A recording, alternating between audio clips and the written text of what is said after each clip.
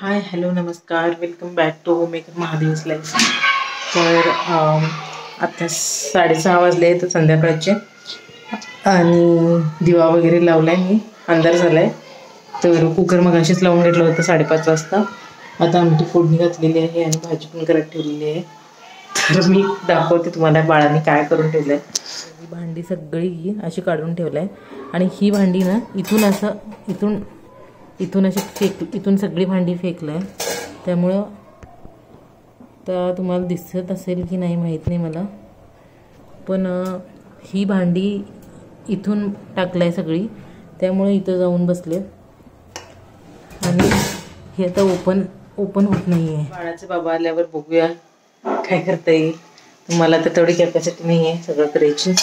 आणि अयोध्येला गेले होते आमचे शेजारी, तर प्रसाद मिळालाय. घेतला प्रसाद आंघोळ वगैरे करून. तर बाळाच्या बाबांसाठी आणि बाळ झोपले त्यामुळे त्यांच्यासाठी ठेवलेलं आहे. बाळ उठल्यानंतर त्याला खायला देईल.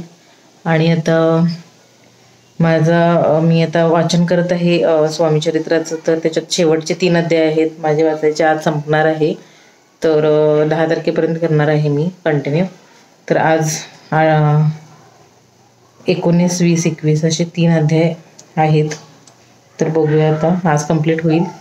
आणि स्वयंपाक पण उतरला.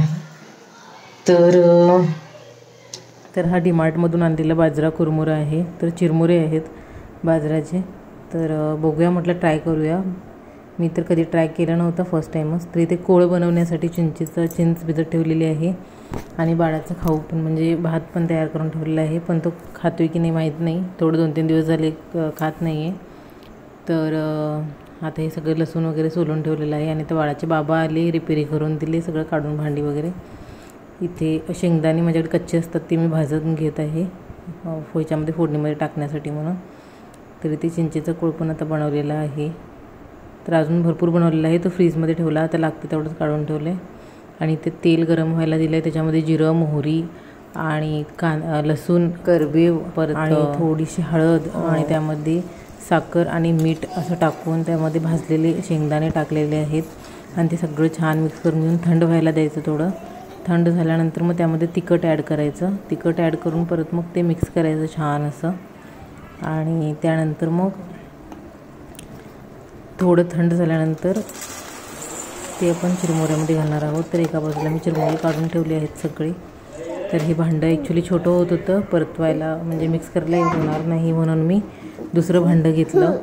तरी फोडणी आता हे सगळं होतं आहे मी घेतली आणि मिक्स करून घ्यायचं आहे छान. तर थोडं आधी गरम, थोडं एकदम जास्त पण नाही, थोडं हे असल्यामुळं मी नॉर्मली परतून घेत आहे. आणि नंतर मग हाताने परतून घेत आहे. तर नंतर मी ॲक्च्युली खाऊन ट्राय केलं, पण मला जे आपण रेग्युलर चिरमुरे खातो तेच बरे वाटले ह्याच्यापेक्षा. पण तरी म्हणजे मला तरी आवडलं नाही. तुम्ही ट्राय केलं आहे का कधी सांगा मला. आणि तुम्हाला कसे वाटले ही बाजऱ्याचे चिरमुरे तर मला नक्की कमेंटमध्ये सांगा. आणि माझे व्लॉग असेच पाहत राहण्यासाठी चॅनलला सबस्क्राईब करा. आवडलं तर लाईक करा, शेअर करा. आणि आजचा व्लॉग मी इथेच संपवते आणि पुढच्या व्लॉगमध्ये नवीन एका भेटूया लवकरच. तोपर्यंत बाय बाय, टेक केअर.